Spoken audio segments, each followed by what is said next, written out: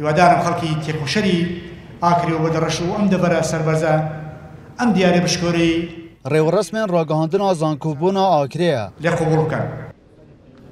ئەو خەونا 30 ساڵیە خەڵکیە واژەرەی پشتی چەندین ساڵên چاوەڕێبوونێ ئەڤڕۆ ئەڤ ڕێوەڕەسمە بێ ئامادەبوونا وەزیرێ خوێندنا بلند بڕێوە چوو.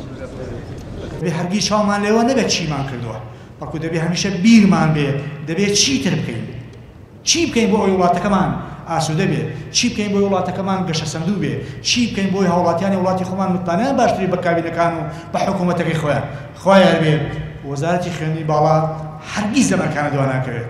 بڕیارمان داوە وەزارەتێکی گوێگر بین، وەزارەتی خزمەتکاری گەنج بە گەنج و خوێندکار بە خوێندکار و مامۆستا بە مامۆستا و فەرمانبەر بە فەرمانبەری ئەم وڵاتی خۆمان بین و بە تایبەتی ئەوانەی کە لە وەزارەتی خوێندنی باڵا. بێڤەکردنا زانکۆ ئاکرێ خوێندکارên Kurdistanê بگشتی و بێ تایبەتی خوێندکارên her sê Qezancêxan û Berdereş û Akrê dê mifadarên êkê bin.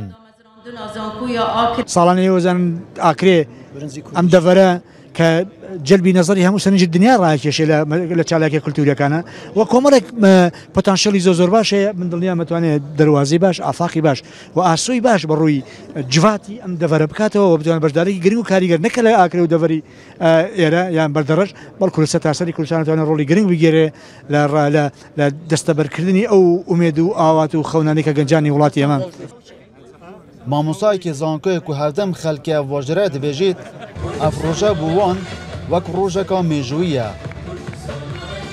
خەڵکێک دێ بیتە خدان بڕوانامە یەت منتەقێ بخۆ دەگەلێک یەت دەبەرە دیتە سەرداناوێ زانکۆیەکەین وەکو وەزیریش گوتی وەزیرە خواندنە بلند زانکۆیەکە کردداریە یعنی دە بەهرۆپەتر بەشێت توێ یەت مەسەلێت پیشەیی بن پیشەیژی حساب کە کارتەکە و تیوادنوکە جێ خوب کات نافمەدا نەبەس هەر دەرچوون بن. جارێک دیتر دەبێژنەوە ڕۆژێکە مێژووی بۆ خەڵکی ئاکرێ و بەردەڕەش هەمیە. لە دوی پرۆژە هاتیە ڕاگەهاندن زانکۆ ئاکرێ لە 5 کولێژên جیاواز و 2 پەیمانگەهان پێک دەهێت. ئەف کولێژ و پەیمانگەهە دێ لە هەردوو قەزایên ئاکرێ و بەردەڕەش هێنە vekirin û pêşwaziyê lê xwînkaran kin. Dilbirîn Gazî، Kursat News، Akrê.